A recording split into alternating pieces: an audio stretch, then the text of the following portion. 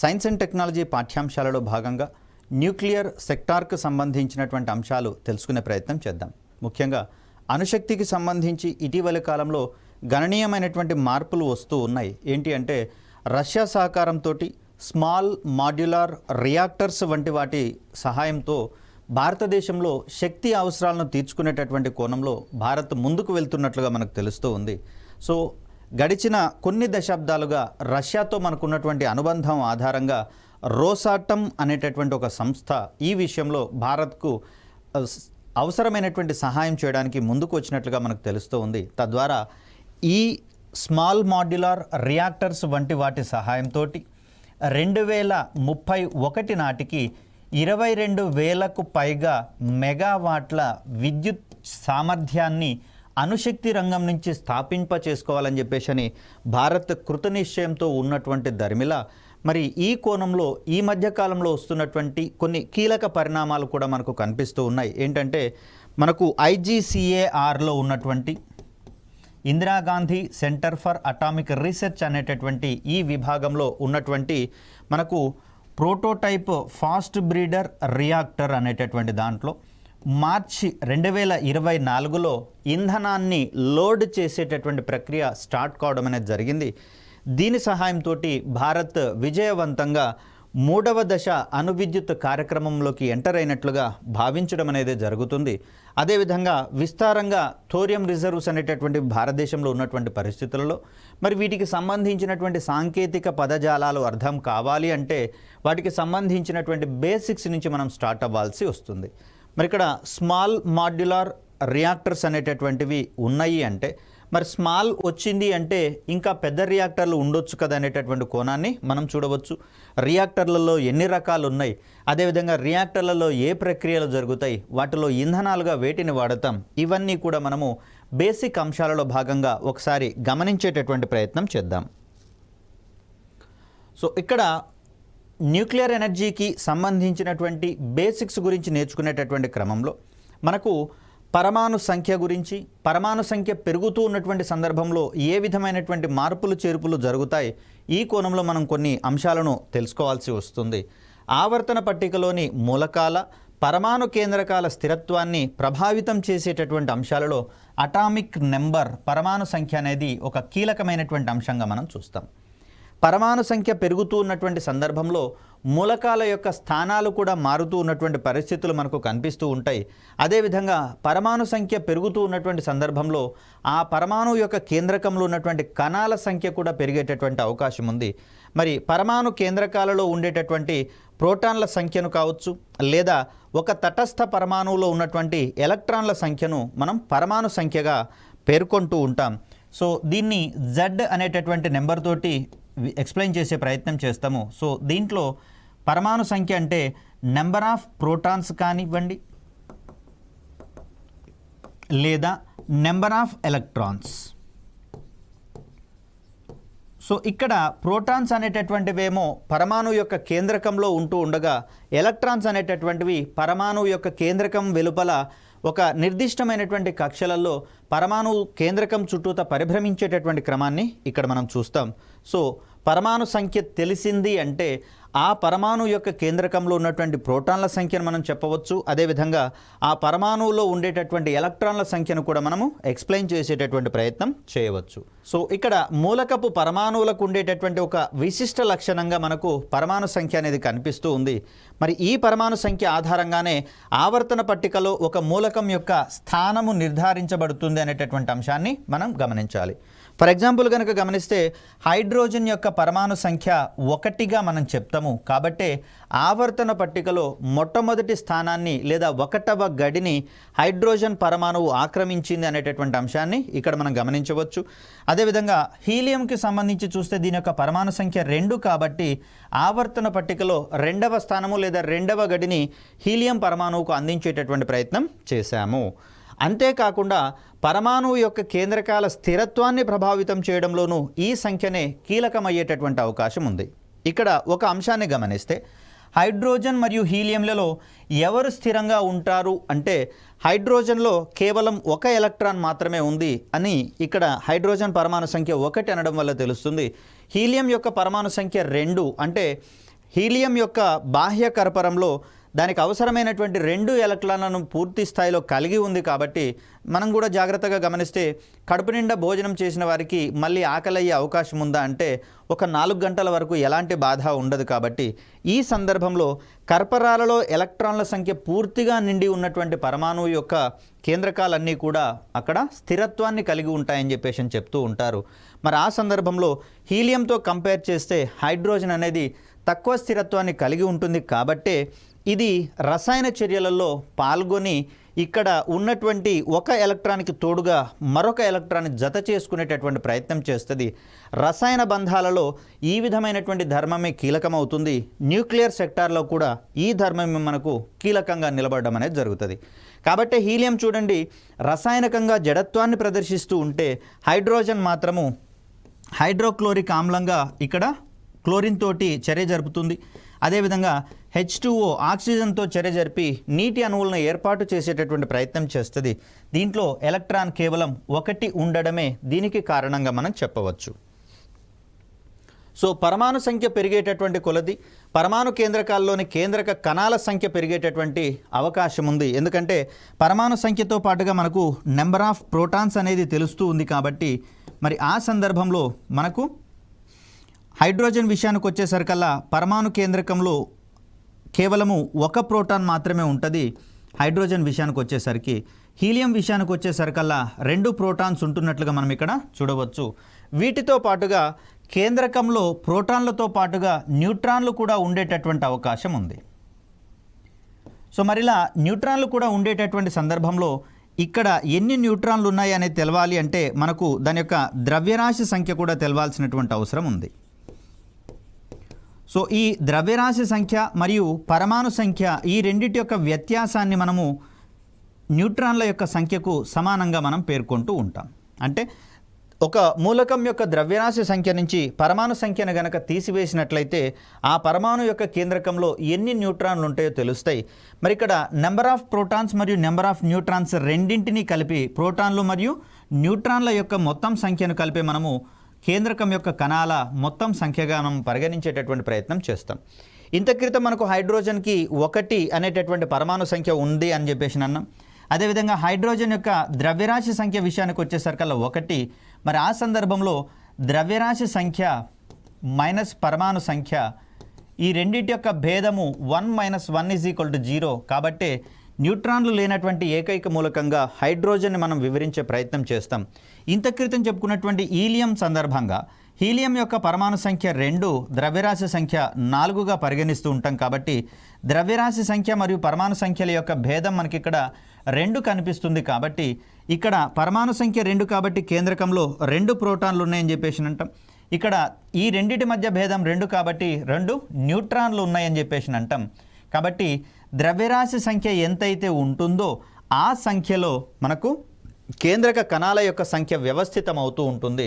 So ఇక్కడ స్థిరత్వానికి సంబంధించినటువంటి అంశాల్లో భాగంగా చూస్తే పరమాణు సంఖ్య 2 కావచ్చు, 8, 20, 28, 50, 82, 126 ఇలాంటి సంఖ్యలు గనక ఉంటే అంటే బాహ్య కర్పరాలలో ఎలక్ట్రాన్లు అలా ఉంటాయి. అదేవిధంగా పరమాణు కేంద్రకంలో ప్రోటాన్ల సంఖ్య కూడా ఇదే విధంగా ఉండేటటువంటి అవకాశం ఉంది. కాబట్టి ఈ సంఖ్యలు కలిగినటువంటి మూలకాల యొక్క పరమాణు కేంద్రకాలు స్థిరంగా ఉంటున్నట్లుగా మనం చూస్తూ ఉన్నాం. దీనికి ప్రధాన కారణం వాటి యొక్క షెల్స్ లేదా కర్పరాలు అనేవి పూర్తి స్థాయిలో ఎలక్ట్రాన్లతో నిండి ఉండేటటువంటి అంశాన్ని ఇక్కడ మనం చూస్తాం. ఇవన్నీ కూడా ఎలక్ట్రాన్ల సంఖ్య ఆధారంగా రసాయనిక స్థిరత్వాన్ని గురించి మనకు వివరిస్తూ ఉంటే మనకు ఇదే పరమాణు సంఖ్య ఆధారంగా కేంద్రకంలో పెరుగుతున్నటువంటి కేంద్రక కణాల సంఖ్యను ఎక్స్ప్లెయిన్ చేసేటటువంటి ప్రయత్నం చేస్తాయి. ముఖ్యంగా చూస్తే కేంద్రకం యొక్క కణం యొక్క పరిమాణము కణం యొక్క కేంద్రకం పరిమాణం అనేది మారకుండా అదే విధంగా ఉంటుంది. కానీ ఇక్కడ కేంద్రకం వెలుపల ఉండేటటువంటి ఈ కర్పరాల సంఖ్య లేదా కక్షల సంఖ్య పెరుగుతున్న కొద్దీ దాని యొక్క పరిమాణం పెరిగేటటువంటి అవకాశం ఉంది. కానీ బయట ఎంత పరిమాణం పెరిగినా కూడా కేంద్రకం యొక్క పరిమాణం పెరగదు, అది స్థిరంగా ఉంటుందనేటటువంటి అంశాన్ని ఇక్కడ మనం గమనించాలి. అలాంటి సందర్భంలో ఒక ఫిక్స్డ్గా ఉండేటటువంటి గదిలో అక్కడ సభ్యుల సంఖ్య పెరుగుతున్నటువంటి సందర్భంలో గమనించండి కొంత అనిశ్చితి పెరిగేటటువంటి అవకాశం ఉంది. కాబట్టి ఈ పరిస్థితి మనకు 82 కంటే ఎక్కువ పరమాణు సంఖ్య ఉన్నటువంటి మూలకాల విషయంలో జరిగేటటువంటి అవకాశం ఉంది. ఇక్కడ మనం ల్యాంథనం అనేటటువంటి ఒక మూలకం యొక్క పరమాణు కేంద్రకాన్ని కనుక గమనిస్తే చూడండి, ఇక్కడ బ్లూ కలర్లో మరియు రెడ్ కలర్లో కనిపిస్తున్నవి కేంద్రక కణాలుగా మనం చెప్తాం. సో వీటిని మనం ప్రోటాన్లు మరియు న్యూట్రాన్లుగా చెప్తూ ఉన్నాం. అవన్నీ కూడా చూడండి ఒకదానికొకటి దగ్గరగా ఒక బంతి ఆకారంలో ఒకదానితో ఒకటి ఉన్నట్లుగా మనం చూస్తూ ఉన్నాం. మరి ఈ సందర్భంలో ప్రోటాన్ టు ప్రోటాన్ మధ్య కూలుంబ్ వికర్షణ బలాలు అనేవి పనిచేస్తూ ఉంటాయి. సో ఇక్కడ న్యూట్రాన్ మరియు న్యూట్రాన్ల మధ్య కూడా ఇదే రకమైనటువంటి వికర్షణ బలాలు పనిచేస్తూ ఉంటాయి. అంత మాత్రం చేత ప్రోటాన్ న్యూట్రాన్ల మధ్య ఆకర్షణ బలాలు అని చెప్పేసి మాత్రం అనకూడదు. ఎందుకంటే ఒక నిర్దిష్ట దూరం దాటిన తర్వాత వికర్షణ బలాలు తిరిగి ఆకర్షణ బలాలుగా ఉండడం వల్ల అవన్నీ కూడా కేంద్రకంలోనే ఫిక్స్డ్గా ఉండేటటువంటి అవకాశం ఉంది. కానీ ఇక్కడ 82 కంటే అధిక పరమాణు సంఖ్య ఉన్నటువంటి సందర్భాలలో కేంద్రక కణాల మధ్య ఉండేటటువంటి ఈ వికర్షణ బలాలు అధికంగా ఉంటూ ఉండడం వల్ల ఇవి పరమాణు కేంద్రకంలో స్థిరంగా ఇమిడి ఉండలేక ఎప్పుడెప్పుడు కేంద్రకం నుంచి బయటపడదాం అనేటటువంటి ఆలోచనతోటి ఉంటున్నట్లుగా మనకు కనిపిస్తూ ఉంది. ఈ అస్థిరమైనటువంటి ధర్మమే మనకు ఈ రేడియో యాక్టివిటీ లేదా న్యూక్లియర్ సెక్టార్లో ఒక కీలకమైనటువంటి భూమికని పోషించేటటువంటి అంశంగా మనం చూస్తాం. సో ఇక్కడ చూస్తే ఈ 82 కంటే అధిక పరమాణు సంఖ్య ఉన్నటువంటి మూలకాల యొక్క పరమాణు కేంద్రకాల నుంచి అనునిత్యము కొన్ని కణాలు కావచ్చు, కొంత శక్తి కావచ్చు బయటికి ఉద్గారించబడేటటువంటి సందర్భాన్ని మనం చూస్తాం. సో ఆ సందర్భంలో వెలుపలికి వచ్చేటటువంటి కణాలుగా మనకు ఆల్ఫా వికిరణాలు కావచ్చు, లేదా వీటిని ఆల్ఫా కణాలు అని చెప్పేసి అంటాం. ఆల్ఫా కణాల సముదాయాన్ని మనం ఆల్ఫా వికిరణ పుంజంగా మనం చెప్తాం. అదేవిధంగా బీటా కణాలు కావచ్చు, ఇక్కడ గామా అనేది వికిరణంగా మనం చెప్తాం. ఇది రేడియేషన్ లేదా కొంత ఎనర్జీ శక్తి అనేటటువంటిది కేంద్రకం నుంచి వెలువడుతూ ఉంటుంది. మరి ఈ రూపాలలో అంటే ఈ ఉద్గారాల సంబంధించినటువంటి అంశాలలో భాగంగా ప్రతి పరమాణు కేంద్రకం కూడా కొంత కణాలను కావచ్చు, శక్తిని కావచ్చు బయటికి ఉద్గారించడం ద్వారా స్థిరత్వాన్ని పొందేటటువంటి ప్రయత్నం చేస్తుంది. వాటిని మనం ఆల్ఫా కణాలు అంటే మనకి ఇక్కడ ఎలక్ట్రాన్లు లేనటువంటి హీలియం కేంద్రకాలను మనం ఆల్ఫా కణాలుగా చెప్తాము. దీన్ని He24 అనేటటువంటి సంకేతంతో వివరించేటటువంటి ప్రయత్నం చేస్తాం. ఇక్కడ బీటా కణాలు అనేవి పరమాణు కేంద్రకం నుంచి వెలువడేటటువంటి ఎలక్ట్రాన్లుగా మనం చెప్తాం. సార్ ఎలక్ట్రాన్లు అనేవి పరమాణు కేంద్రకంలో ఎందుకు ఉంటాయి అంటే ఇక్కడ ఉన్నటువంటి న్యూట్రాన్లు కొన్ని ప్రత్యేక పరిస్థితులలో విచ్ఛిన్నం చెంది ప్రోటాన్ మరియు ఎలక్ట్రాన్లుగా మారేటటువంటి ప్రయత్నం చేస్తాయి. న్యూట్రాన్ యొక్క విద్యుదావేశము తటస్థం కాబట్టి ప్రోటాన్ పాజిటివ్, అదేవిధంగా ఎలక్ట్రాన్ నెగిటివ్ ఆవేశాలను కలిగి ఉంటుంది. కాబట్టి న్యూట్రల్గా ఉన్నటువంటి న్యూట్రాన్ కాస్త ప్రోటాన్ మరియు ఎలక్ట్రాన్లుగా విచ్ఛిన్నం చెందడం అనేది జరుగుతుంది. మరి ప్రోటాన్ అనేది కేంద్రకంలోనే ఉంటుంది, కానీ ఎలక్ట్రాన్కి కేంద్రకంలో స్థానం లేదు. కాబట్టి ఈ విధంగా న్యూట్రాన్ విచ్ఛిన్నం వల్ల పరమాణు కేంద్రకంలో ఏర్పడినటువంటి ఎలక్ట్రాన్ కేంద్రకం నుంచి వెలుపలకు వస్తుంది. ఎలా వస్తుంది అంటే ఒక బీటా కణంగా వెలుపలకు వచ్చేటటువంటి ప్రయత్నం జరుగుతుంది. సో ఇలా మూలకాలు స్థిరత్వాన్ని పొందేటటువంటి ప్రయత్నం చేస్తాయి. ఈ ధర్మాన్నే ఒక రకంగా రేడియో ధార్మికత అనేటటువంటి అంశంగా మనం చూస్తాం. ఇక ఇలా ఒక అస్థిర మూలక పరమాణు కేంద్రకం నుంచి ఆల్ఫా, బీటా, గామా ఉద్గారాలు వెలుపలకు రావడాన్ని మనం రేడియో ధార్మికత ఉద్గారం అని చెప్పేసి అంటాం. అలాంటి ధర్మాలు ప్రదర్శించేటటువంటి మూలకాలు ఏవైతే ఉన్నాయో వాటిని మనము రేడియో యాక్టివ్ ఎలిమెంట్స్ లేదా రేడియో ధార్మిక మూలకాలు అనేటటువంటి పేరుతోటి పిలుస్తాం. ఈ ప్రాసెస్ని మనము రేడియో యాక్టివ్ ఎమిషన్ అనేటటువంటి పేరుతోటి చెప్పేటటువంటి ప్రయత్నం చేస్తాం. ఇక మనకు ముఖ్యంగా చూస్తే అత్యంత కీలకంగా మరియు రకరకాల ప్రయోజనాలకు ఉపయోగపడేటటువంటి రేడియో ధార్మిక మూలకంగా యురేనియం అనేది కనిపిస్తూ ఉంది. దీని యొక్క ముడి ఖనిజం అనేది పిచ్ బ్లెండ్ అంటాం. దీన్నే మరో రకంగా ఎల్లో కేక్ అనేటటువంటి పేరుతో కూడా పిలుస్తాం. అలా అని కేక్ కాదండి, ఇది ఎల్లో కేక్ అనేది జస్ట్ దాని యొక్క సాధారణమైనటువంటి నేమ్ మాత్రమే. చూడ్డానికి మామూలుగా కనిపిస్తుంది కానీ చాలా డేంజరస్ ముడి ఖనిజంగా ఇది మనకు కనిపిస్తుంది. సో ఈ పిచ్ బ్లెండ్ నుంచి ఈ విధమైనటువంటి ఆల్ఫా, అదేవిధంగా బీటా మరియు గామా వంటి వికిరణాలు ఉద్గారించబడుతున్నట్లుగా 1896లో హెన్రీ బెకరెల్ మహాశయుడు కనుక్కోవడం జరిగింది. ఈ ఆవిష్కరణ ఫలితంగా భౌతిక శాస్త్రంలో మరొక డిసిప్లిన్ అనేది ఆవిర్భవించడం జరిగింది, ఒక స్పెషలైజేషన్ అనేది ఆవిర్భవించడం జరిగింది. ఈ నూతన శాస్త్రాన్ని మనము కేంద్రక భౌతిక శాస్త్రము, న్యూక్లియర్ ఫిజిక్స్ అనేటటువంటి పేరుతోటి పిలిచే ప్రయత్నం చేస్తూ ఉన్నాం. సో ముఖ్యంగా కేంద్రక కణాలతోటి ఇది అసోసియేట్ అయ్యి ఉన్నటువంటి ఒక శాస్త్రంగా మనకు కనిపిస్తూ ఉంది. సో ఇక్కడ నెక్స్ట్ గమనిస్తే ఇలా వెలువడేటటువంటి ఆల్ఫా బీటా గామాల ఉద్గారాన్ని మనం రేడియో ధార్మికత అని చెప్పేసి అనుకుంటున్నాం కదా. ఈ రేడియో ధార్మికత అనేది 2 రకాలుగా ఉన్నట్లుగా మనం ఇక్కడ గమనించవచ్చు. సో దీంట్లో మొదటిది సహజ రేడియో ధార్మికత, అంటే ఒక మూలకం నుంచి ఎలాంటి బాహ్య శక్తుల ప్రమేయం లేకుండా తనంతట తానుగానే ఈ ఆల్ఫా బీటా గామా వికిరణాలు కనుక ఉద్గారం చేస్తే దాన్ని సహజ రేడియో ధార్మికత అంటారు. కృత్రిమ రేడియో ధార్మికత అంటే మనం ఇంత క్రితం ఏం చెప్పుకున్నాము, 82 కంటే పరమాణు సంఖ్య అధికంగా ఉన్నటువంటి మూలకాలలో మాత్రమే ఈ పరమాణు కేంద్రకంలో అస్థిరత ఏర్పడుతుంది, తద్వారా రేడియో ధార్మికత ప్రేరేపించబడుతుందని చెప్పేసి అనుకున్నాం. మరి ఈ సందర్భంలో 82 కంటే తక్కువ పరమాణు సంఖ్య ఉన్నటువంటి మూలకాలను కూడా కొన్ని ప్రక్రియల ద్వారా వాటిని రేడియో ధార్మిక మూలకాలుగా గనక పరివర్తనం చెందించితే దాన్ని కృత్రిమ రేడియో ధార్మికతగా చెప్తాం. సో ఈ సందర్భంలో ఆ నైట్రోజన్ లేదా ఆక్సిజన్ లేదా సల్ఫర్ ఇలాంటి తేలికపాటి లేదా స్థిరమైనటువంటి పరమాణు కేంద్రకాలను ఆల్ఫా కణాలు కావచ్చు లేదా న్యూట్రాన్ల వంటి తేలిక కణాలతోటి తాడనం చెందించినప్పుడు, ఢీ కొట్టించినప్పుడు వాటి యొక్క పరమాణు కేంద్రకాలు అస్థిరంగా మారేటటువంటి అవకాశం ఉంది. ఈ సందర్భంలో ఆ పరమాణు కేంద్రకాలు తిరిగి కొన్ని రకాలైనటువంటి వికిరణాలను ఉద్గారించేటటువంటి సందర్భంలో ఈ రేడియో ధార్మికతను మనము కృత్రిమ రేడియో ధార్మికతగా పేర్కొంటాం. ఇక్కడ యురేనియము, రేడియము మరియు థోరియం వంటి మూలకాలు సహజంగానే భారీ పరమాణు సంఖ్యలను కలిగి ఉంటాయి కాబట్టి ఆ సందర్భంలో వీటి నుంచి సహజంగానే రేడియో ధార్మికతను వెలువరిస్తూ ఉంటాయి కాబట్టి వీటిని సహజ రేడియో ధార్మిక మూలకాలుగా మనం పేర్కొంటూ ఉంటాం. ఇక తేలికపాటి కణాలను ఇక్కడ మనం న్యూట్రాన్లు కావచ్చు లేదా ఆల్ఫా వంటి కణాలతోటి తాడనం చెందించినప్పుడు ఇవి వాటి యొక్క కేంద్రకాలను అస్థిరంగా మార్చేటటువంటి ప్రయత్నం చేస్తాయి. తద్వారా తేలికపాటి స్థిరమైనటువంటి పరమాణు కేంద్రకాలు కూడా రేడియో ధార్మిక స్వభావాన్ని ప్రదర్శించేటటువంటి ధర్మాన్ని మనం కృత్రిమ రేడియో ధార్మికతగా పేర్కొంటూ ఉంటాం. సో ఇలా మనకు కృత్రిమ లేదా ప్రేరిత రేడియో ధార్మికత అనేది కనిపిస్తూ ఉంటుంది.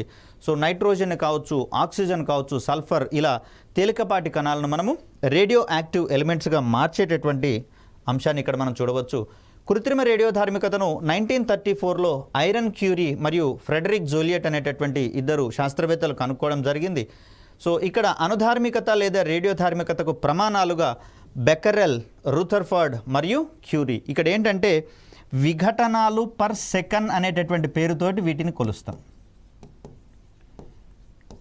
అంటే 1 సెకనుకు ఎన్ని వికిరణాలను లేదా ఉద్గారాలను వెదజల్లింది అనేటటువంటి కోణంలో ఒక పదార్థం యొక్క ఈ రేడియో ధార్మికత యొక్క ప్రమాణాలను నిర్ధారించేటటువంటి ప్రయత్నం చేస్తాం.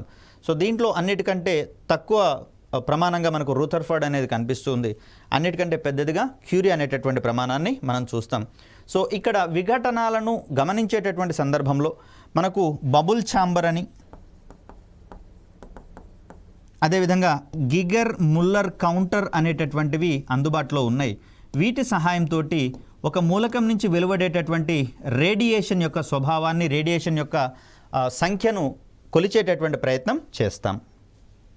ఇక నెక్స్ట్ కనుక గమనిస్తే మూలకాల యొక్క పరమాణు కేంద్రకాలు వెలువరించేటటువంటి శక్తినే కేంద్రక శక్తి, న్యూక్లియర్ ఎనర్జీగా మనం చెప్తాం. మరో రకంగా మూలకపు పరమాణు కేంద్రకాలకు ఉండేటటువంటి శక్తినే మనము కేంద్రక కణాలకు ఉండేటటువంటి శక్తిని కేంద్రక శక్తిగా మనం పరిగణించే ప్రయత్నం చేస్తాం.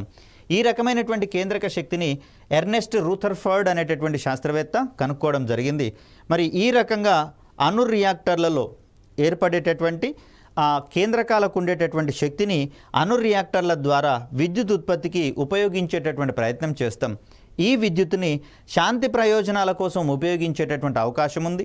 అదేవిధంగా చూస్తే అణు విద్యుత్కి సంబంధించి మరొక అంశం ఏంటి అంటే ఇది పర్యావరణ హితమైనటువంటి ఇంధనంగా మనకు పరిగణించబడుతుంది. ఏ సందర్భంలో అంటే ఆయా అణు రియాక్టర్లను పూర్తి భద్రతా ప్రమాణాలతో మెయింటైన్ చేస్తున్నటువంటి సందర్భాలలో ఎలాంటి వికిరణాలు కూడా ఇక్కడ మనకు ఉద్గారించబడవు. అదేవిధంగా ఎలాంటి కర్బన ఉద్గారాలు కూడా మనకు గాలిలో విడుదలయ్యేటటువంటి అవకాశాలు లేవు. కాబట్టి ఆ సందర్భంలో మనము అణుశక్తిని పర్యావరణ హితమైనటువంటి ఇంధనంగా పేర్కొంటూ ఉంటాం. సో ఇక్కడ పరమాణువు యొక్క కేంద్రకాల నుంచి వెలువడేటటువంటి శక్తిని కేంద్రక శక్తి అన్నాం.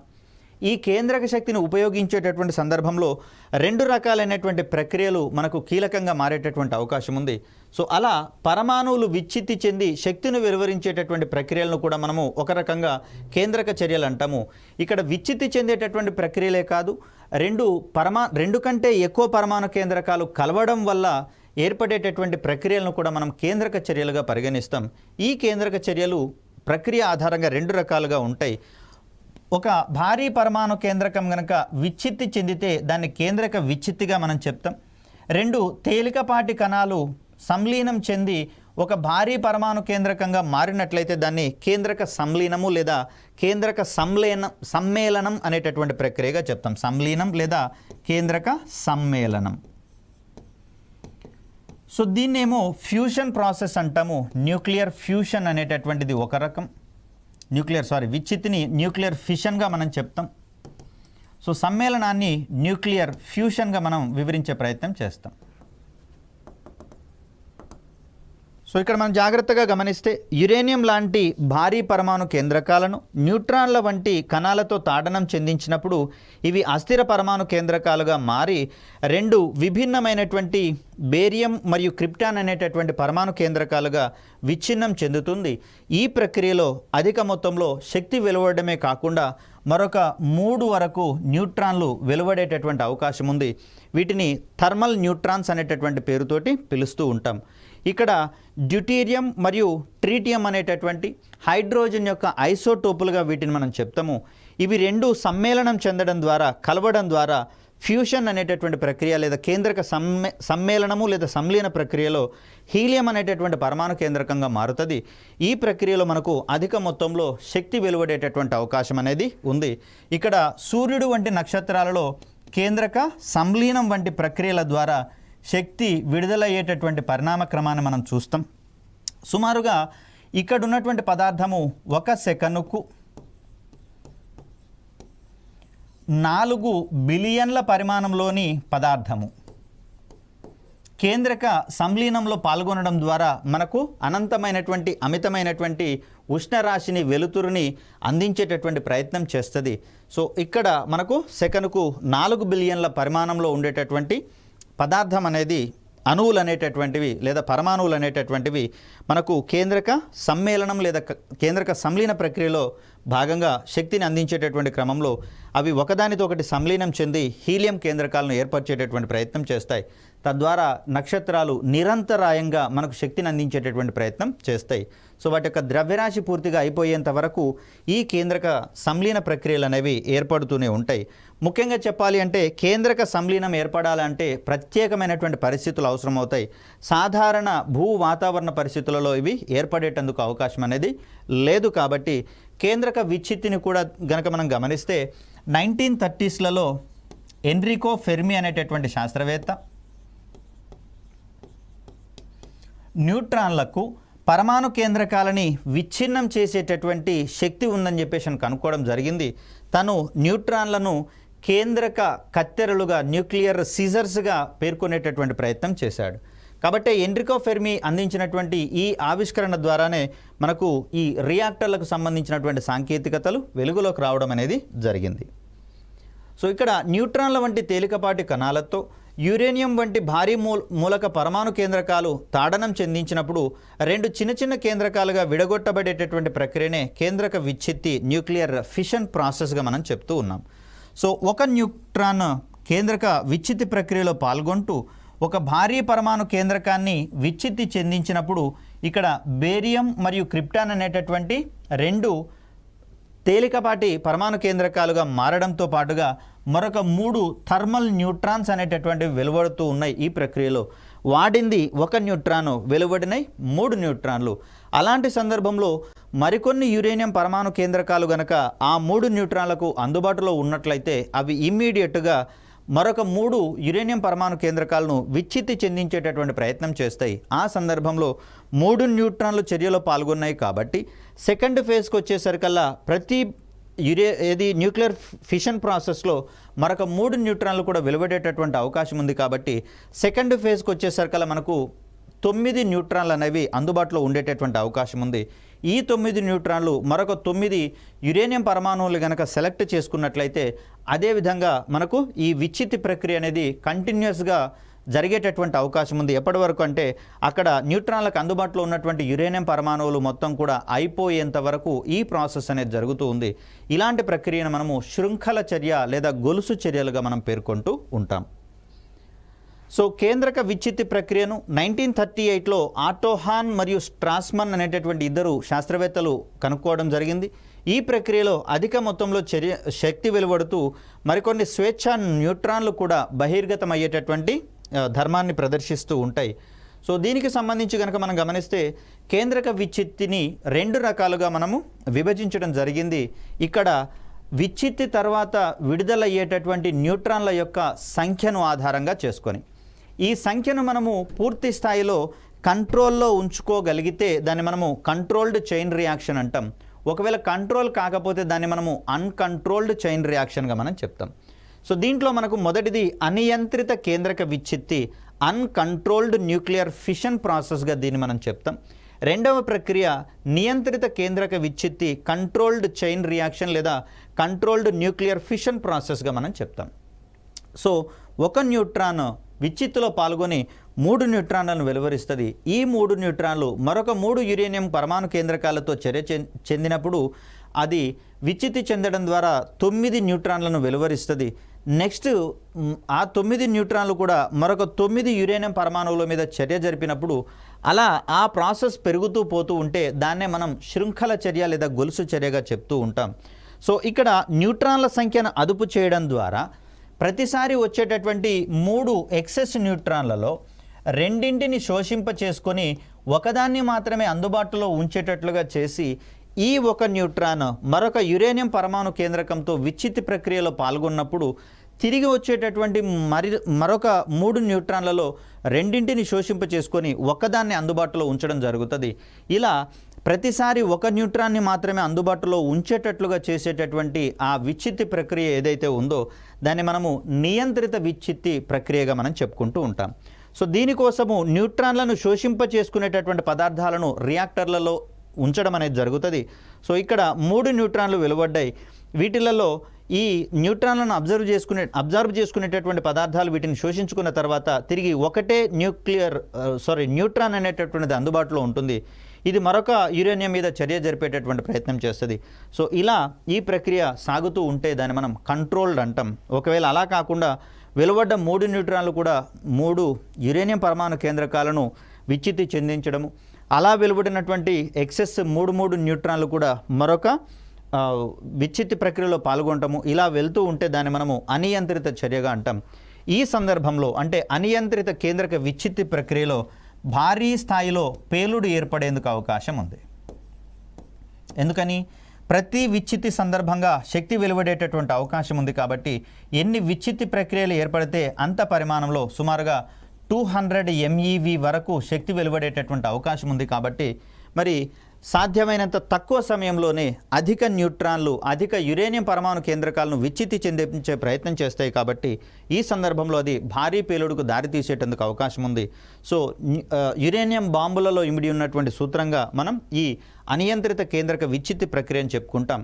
సో ఇక్కడ న్యూట్రాన్లను అదుపు చేస్తూ ఉండడం ద్వారా కేంద్రక విచ్ఛిత్తి అదుపులో ఉంటుంది. తద్వారా వెలువడేటటువంటి శక్తి కూడా మన మానవ ప్రయోజనాల కోసం ఉపయోగించుకునేటటువంటి అవకాశం ఉంది. కాబట్టి మనకు ఈ నియంత్రిత కేంద్రక విచ్ఛిత్తి అనేది అణు రియాక్టర్లలో ఉపయోగపడేటటువంటి అవకాశం అనేది ఏర్పడుతుంది.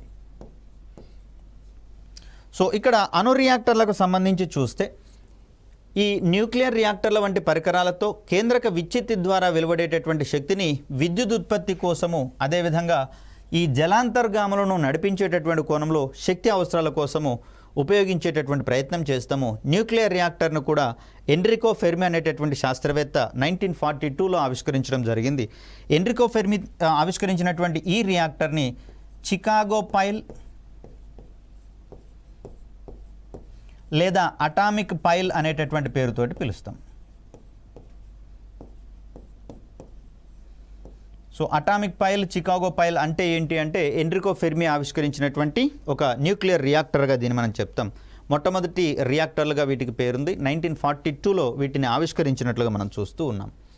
ఇక్కడ న్యూక్లియర్ రియాక్టర్లో నియంత్రిత కేంద్రక విచ్ఛిత్తి ప్రక్రియ కనబడుతూ ఉంటే న్యూక్లియర్ బాంబ్ లేదా యురేనియం బాంబ్ అంటే యురేనియం మూలకాలను ఉపయోగించి రూపొందించినటువంటి బాంబులు, వీటినే మనము న్యూక్లియర్ బాంబులుగా అంటాం. వీటిలో అనియంత్రిత కేంద్రక విచ్ఛిత్తి ప్రక్రియ అనేది జరుగుతుంది. ఇక్కడ యురేనియంతో పాటుగా ప్లూటోనియంతో కూడా బాంబులు చేసేటటువంటి ప్రయత్నం చేస్తూ ఉన్నారు. కాకపోతే యురేనియంతో కంపేర్ చేస్తే ప్లూటోనియం బాంబులు కాస్త శక్తి తక్కువగా ఉన్నటువంటి క్రమాన్ని మనం ఇక్కడ గమనించవచ్చు. సో ఇలా మనకు తయారైనటువంటి ఈ అణు రియాక్టర్ల సహాయంతో భారత్ లాంటి దేశాలలో శాంతి ప్రయోజనాల కోసం అణుశక్తిని ఉపయోగించుకుంటూ విద్యుత్ శక్తిని ఉత్పత్తి చేసేటటువంటి క్రమాన్ని మనం చూస్తూ ఉన్నాం. ప్రస్తుతం కనుక చూస్తే దేశవ్యాప్తంగా ఏర్పాటైనటువంటి 7 వరకు న్యూక్లియర్ కేంద్రాలలో 22 వరకు అణు రియాక్టర్లు మనకు పనిచేస్తూ ఉంటే ఈ అణు రియాక్టర్ల ద్వారా సుమారుగా 7480 మెగావాట్ల విద్యుత్ ఉత్పత్తి సాధ్యమవుతున్నట్లుగా మనం చూస్తూ ఉన్నాం.